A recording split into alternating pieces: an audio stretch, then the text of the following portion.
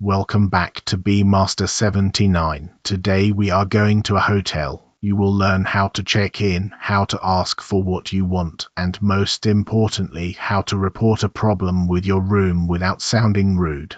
Let's begin. By the end of this lesson, you will be able to do 4 things. First, use the vocabulary that front desk staff actually use. Second, follow a complete check-in conversation at natural speed. Third, report a problem with your room politely without sounding rude. And fourth, use the softening words that turn a complaint into a request people are happy to help with. There is a short quiz at the end, so stay with me.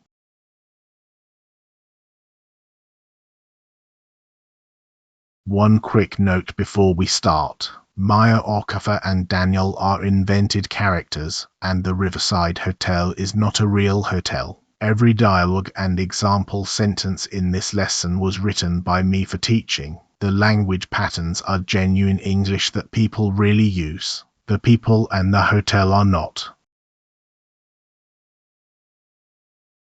Let's start with the words you will hear at the desk. A reservation is a room booked in advance. You say, I have a reservation under Okafor. To check in means to arrive and register, and the desk itself is called reception. Photo ID means your passport or identity card. Staff will ask, may I see some photo ID? A key card is the plastic card that opens your door, and a deposit is money held on your card and released again when you check out.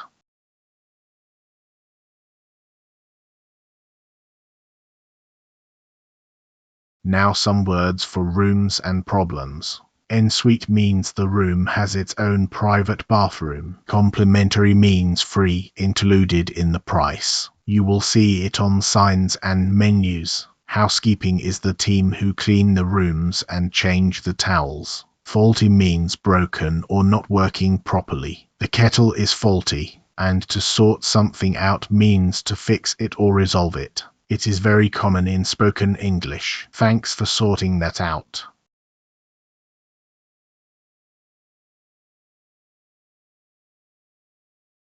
Here are the phrases you need. When you arrive, you say, I have a reservation under the name Okafor, or simply, I'm checking in. The staff will say, may I see your passport, please? And breakfast is served from 6:30 in the ground floor restaurant. When you want something, use could I or would it be possible? Could I have a room on a high floor, if possible? Would it be possible to have a late checkout? And when you want to check a detail, say just to confirm, or sorry, could you repeat the room number? Notice how often could I and would it be possible replace a plane I want.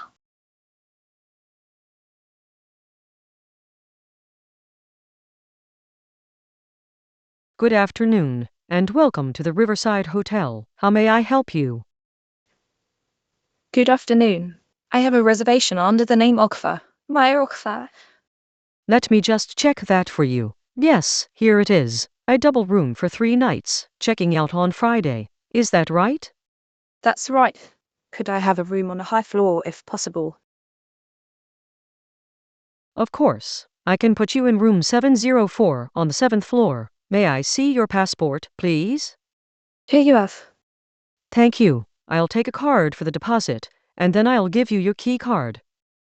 Do I pay now, or can I settle everything when I check out? We only hold the deposit now and release it at checkout. Breakfast is served from 6:30 to 10 in the restaurant on the ground floor. Perfect. And is the Wi-Fi complimentary? It is free throughout the hotel. The password is printed on your key card holder. Enjoy your stay. Wonderful. Thank you very much. Here is the whole conversation on one screen. Pause the video, read it aloud, and pay attention to 2 things. Notice that Daniel never gives an order. He says, may I see your passport, please, not give me your passport.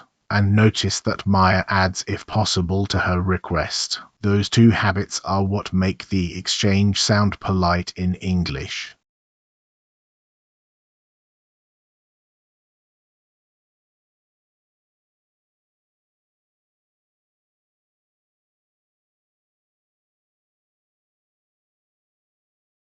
Now the harder skill, reporting a problem politely. There are 4 moves. Open gently. Sorry to bother you, but I'm having a problem with my room. Or, I'm afraid there's an issue with the air conditioning. Then describe it plainly. The air conditioning isn't working. The shower is leaking. Then say what you need. Would it be possible to move to another room? Could someone come and take a look at it?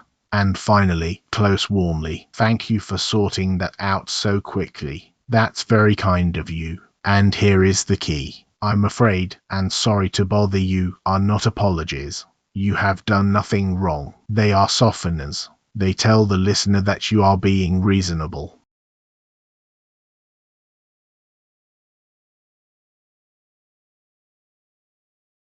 Good evening. Sorry to bother you, but I'm having a problem with my room. I'm sorry to hear that. What seems to be the matter? The air conditioning isn't working, so the room is extremely warm. And I've noticed the shower is leaking. I do apologize. That shouldn't have happened. Let me see what I can do for you. I'd really appreciate it. I have an early start tomorrow, so I do need to get some sleep. Of course, I can either send maintenance up within 15 minutes or move you to a different room straight away. I'd prefer to move rooms if that's possible. Absolutely. I have a quiet room free on the 5th floor, and I'll upgrade you at no extra charge for the inconvenience. That's very kind of you. Thank you.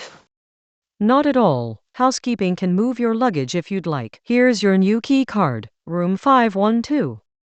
Thank you so much for sorting that out so quickly. It's my pleasure. Do let us know if there's anything else you need. Read this one through as well. Mai has a genuine complaint. The room is too warm and the shower is leaking. But look at how she says it. Sorry to bother you. I'd really appreciate it. If that's possible. She never raises her voice, and she never blames Daniel personally. That is why she ends up with a free upgrade instead of an argument.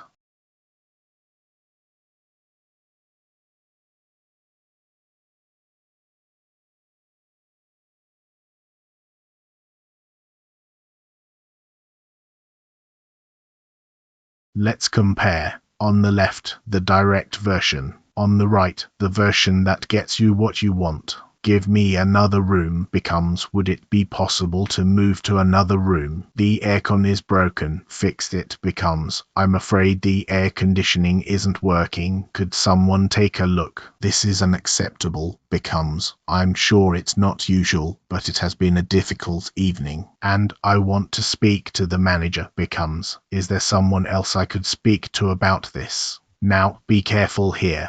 The left column is not wrong grammar. Every sentence on the left is perfectly correct English. It is the wrong register. It sounds far more aggressive than most learners intend.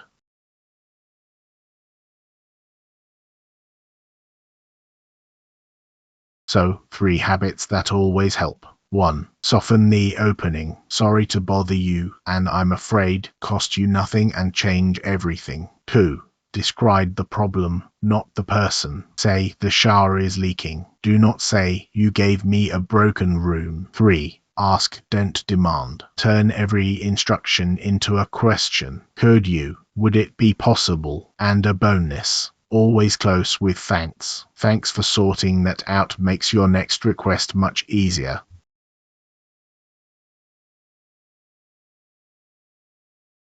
Time for a quick check. 3 questions. Pause the video, choose your answers, and then play it again for the explanations. Question 1. The receptionist asks for your passport, which is the most natural reply. Question 2. Your room is too warm, which opening sounds most polite? And question 3. The money held on your card and returned at checkout is called what?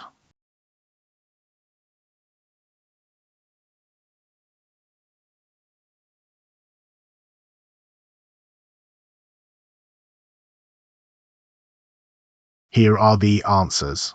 Question 1. The answer is A. Here you are. That is the standard phrase for handing something over. Take it sounds abrupt, and yes, passport is a fragment. Question 2. The answer is B. Sorry to bother you, but I'm having a problem with my room. It softens the opening before the problem arrives. The other 3 all put pressure on the listener immediately. And question 3. The answer is C. A deposit. Complimentary means free. A key card opens your door, and ensuite describes a private bathroom.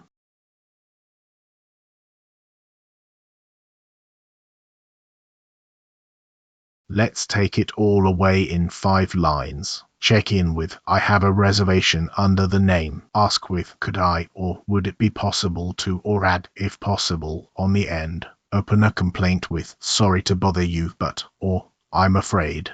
Describe the fault, not the person. The shower is leaking, and close with thank you for sorting that out.